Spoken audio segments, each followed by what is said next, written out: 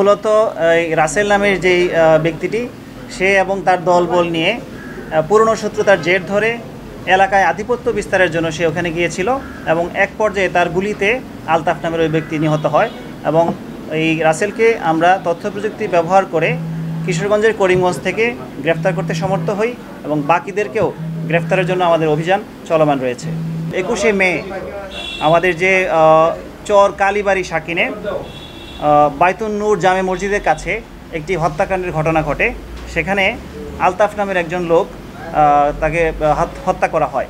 তো আমরা এই ঘটনা জানার সাথে সাথেই আমাদের কোতোয়ালি থানার চৌকস টিম এই বিষয়ে কাজ শুরু করে এবং তারা তদন্তে নেমে যায় এবং যারা এই ঘটনার সাথে মূলত জড়িত ছিল তাদেরকে গ্রেফতারের জন্য অভিযান শুরু করে। আমরা যেটা জানতে পারি যে এখানে মূলত পূর্ব শত্রুতার জের ধরে ওই এলাকায় রাসেল নামে একজন এবং সে তার সঙ্গীয় দলবল নিয়ে সেখানে এলাকায় প্রভাব বিস্তারের জন্য মূলত সে এখানে গিয়েছিল।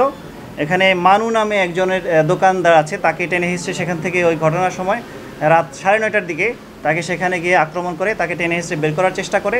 এক পর্যায়ে পাশ দিয়ে যাওয়ার একজন লোক আলতাফ, সে মূলত সেখানে যায় যে মারামারি বা ধাক্কাধাক্কি হচ্ছে সেটা ফেরানোর জন্য, কিন্তু সে এলাকায় প্রভাব বিস্তারের ভান করে মূলত সে চেষ্টা করে যে সেখানে একটা ত্রাসের সৃষ্টি করার। এই ত্রাস সৃষ্টি করার জন্য সে এক পর্যায়ে এই আলতাফের উপর চড়া হয় এবং সে তার হাতে যেই দেশীয় অস্ত্র ছিল সেই অস্ত্র দিয়ে সে তাকে একটি গুলি করে এবং গুরুতর জখম হয় তার পায়ে। এবং আমরা প্রাথমিকভাবে যেটা জানতে পারি যে অতিরিক্ত রক্তক্ষরণের জন্য আলতাফ মারা যায়। তাকে রাসেলকে গ্রেফতারের জন্য আমরা দ্রুত আমাদের যেই টিম তথ্য প্রযুক্তি ব্যবহার করে এবং সেভাবে কিশোরগঞ্জের করিমগঞ্জ থেকে তাকে গ্রেফতার করতে সমর্থ হয়। এই ঘটনায় যারা জড়িত আছে বাকি সকলকেই আইনের আওতায় নিয়ে আসার জন্য এবং গ্রেফতারের জন্য আমাদের অভিযান চলমান রয়েছে। আমাদের যেই অস্ত্রটা ব্যবহৃত হয়েছিল ওই ঘটনায় সেই অস্ত্র এবং গুলি উদ্ধার করা হয়েছে।